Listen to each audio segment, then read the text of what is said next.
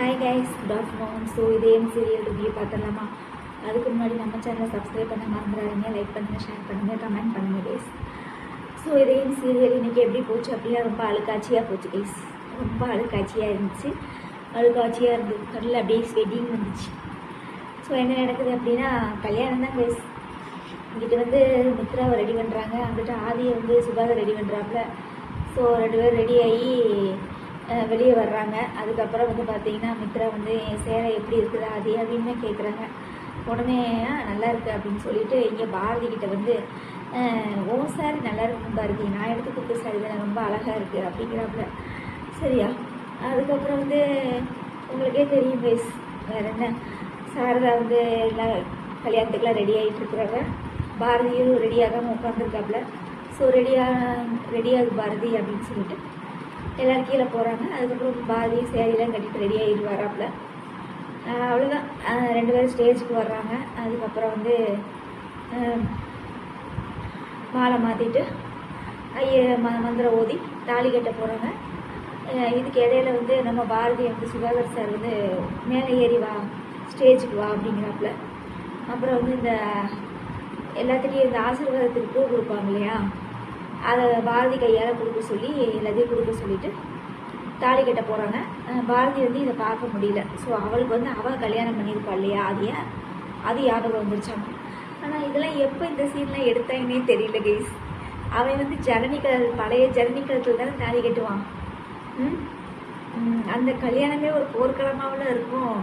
கடைசியில் நம்ம வாசு தானே காப்பாற்றி கல்யாணம் பண்ணி வைப்பார்.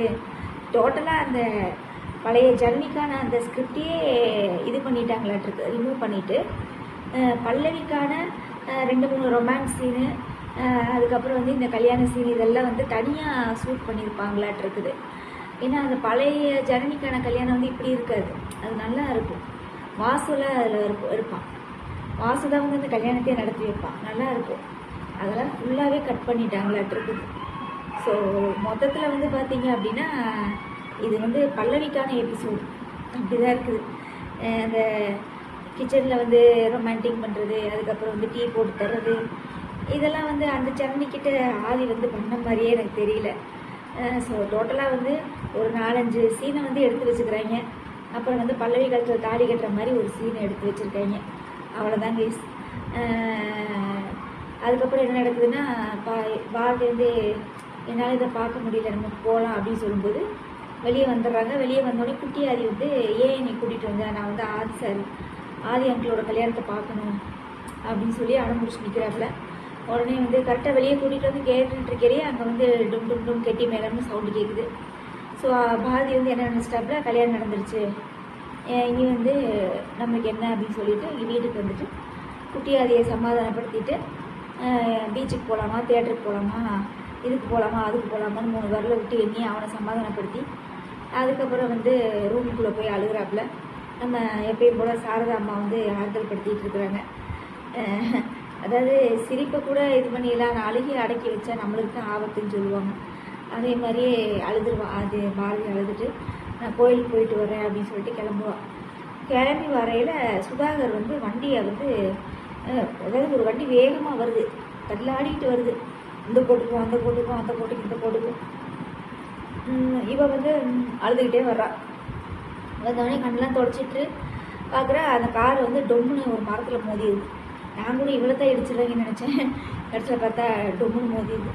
அதுக்கப்புறம் உள்ளே போய் யாருன்னு பார்த்தா நம்ம சுதாகர் சார் ஃபுல் மப்பு நல்லா தண்ணியை போட்டுட்டு காரில் விட்டு ஆக்சிடென்ட் பண்ணிவிட்டு உட்காந்துட்ருக்காரு. என்ன நடந்துச்சு எது நடந்துச்சுன்னு மண்டபத்தில் தெரியல. ஒருவேளை ஆதிக்கு பழைய ஞாபகம் வந்துச்சா, அப்படியே பழைய ஞாபகம் வந்தாலும் அவன் இங்கே தானே இவங்களை தேடி தானே வந்திருக்கிறோம். இல்லை என்ன பிரச்சனை ஏது பிரச்சனைனே தெரியல. இல்லை வேறு மித்ராவுக்கு ஏதாவது பிரச்சனையா, இல்லை மண்டபத்தில் என்ன நடந்ததுன்னே தெரியல. நீ நாளைக்கு எபிசோடில் தான் தெரியும்னு நினைக்கிறேன்.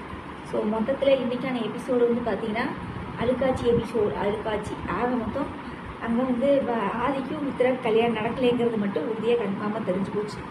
ஏன்னா சுதாகர் அவ்வளோ பிரியமான ஒரு தங்கச்சிக்கு கல்யாணம் நடக்க போகுதுங்கிறப்ப ரொம்ப சந்தோஷமாக தானே இருப்பார்.